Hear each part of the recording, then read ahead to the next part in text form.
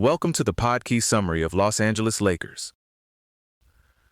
The Lakers story is really a story about reinvention on repeat. A failed team in Detroit became a champion in Minneapolis. Then a struggling Midwest franchise moved to Los Angeles and turned into one of the biggest brands in sports. Along the way, you get dynasties, heartbreak against Boston, wild superstar swings that did and didn't work, and an ownership arc that goes from a $16 million team valuation to numbers that barely sound real. It started in a pretty humble place. The franchise began as the Detroit Gems, and they went 4-40 in their only season, which is the kind of record that makes a fresh start feel less like a choice and more like basic survival. The team was sold for $15,000, moved to Minneapolis, and renamed the Lakers, a nod to Minnesota being the land of 10,000 lakes. That move changed everything because George McCann showed up and immediately made the team matter. In its first Minneapolis season, the Lakers won an NBL championship, and McCann led them to 5 titles across the early BAA and NBA years. So before the Hollywood image and the celebrity courtside seats, this was already a franchise with a championship backbone.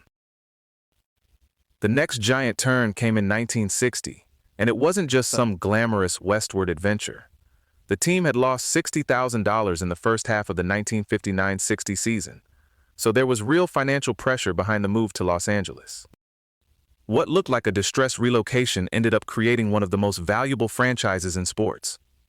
That part is almost the Lakers story in miniature. A little chaos, a little audacity, and then somehow it turns into a giant piece of basketball history. The Lakers' title history falls pretty neatly into superstar eras. You've got McCann in Minneapolis, then Kareem Abdul-Jabbar and Magic Johnson in the 1980s, then Shaquille O'Neal and Kobe Bryant from 2000 through 2002, and then LeBron James and Anthony Davis winning it in 2020. What tied a lot of that together in Los Angeles was Jerry Buss. He very openly treated basketball as entertainment as well as sport, and that helped build the Showtime identity, where celebrity, spectacle, and winning all fed each other. That approach didn't just make the games feel bigger.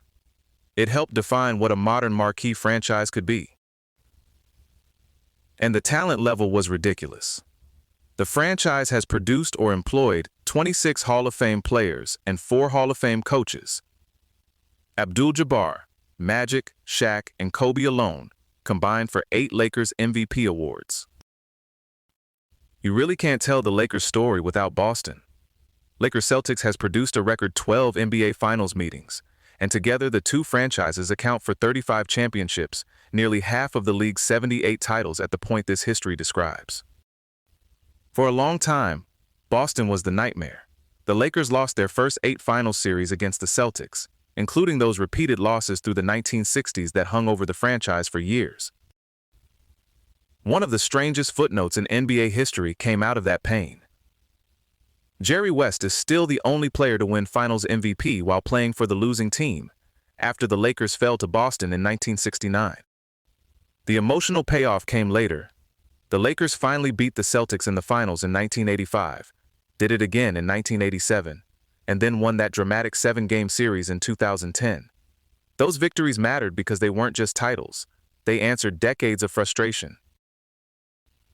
One of the clearest single-season peaks came in 1971-72. That Lakers team won 33 straight games, still the longest winning streak in NBA history, and finished with 69 regular season wins. That win total stood as the league record for 24 years, until the Bulls won 72 in 1995-96, which tells you how far ahead of its time that season looked. And it wasn't built on one guy just lighting up the scoreboard every night. Wilt Chamberlain averaged only 14.8 points, but he led the league with 19.2 rebounds per game, while Jerry West led the league in assists at 9.7. The Lakers also have some wonderfully durable individual records attached to them. Kobe Bryant's 81-point game, Elgin Baylor's 61 points in an NBA Finals game, and Magic Johnson's 138 Lakers triple-doubles. The franchise has never been shy about collecting stars and seeing what happens. Sometimes that creates a dynasty, and sometimes it creates a very expensive chemistry experiment.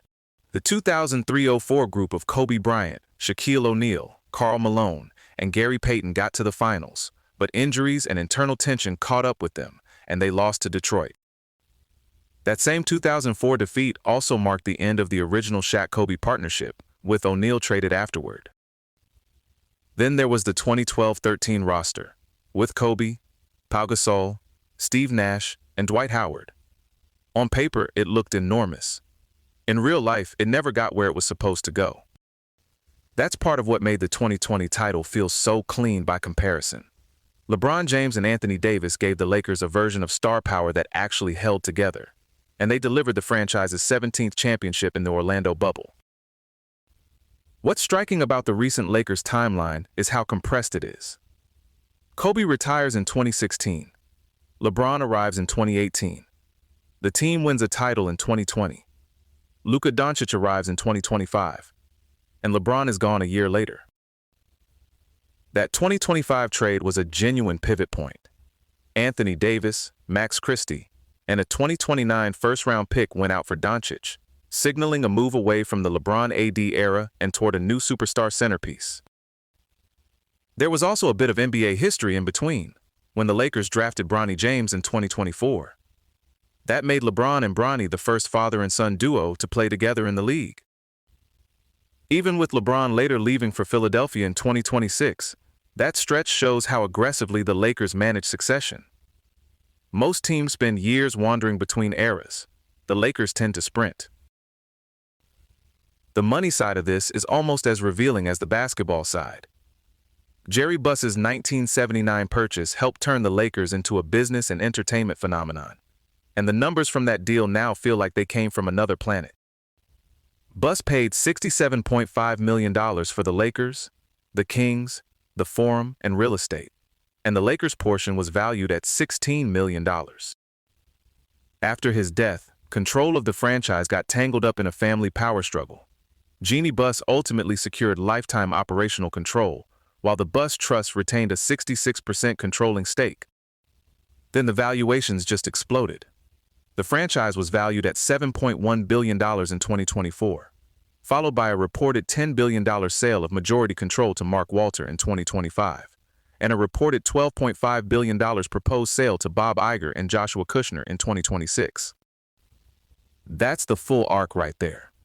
From a team sold for $15,000 after going 4-40 to a franchise changing hands at figures that sound more like tech mergers than basketball transactions. The Lakers have been many things at once: a pioneer, a dynasty machine, a spectacle, a family business, and occasionally a very public reminder that star power doesn't solve everything. But the through line is pretty clear. They keep reinventing themselves, and somehow the stakes only get bigger every time. This episode was generated by Podkey.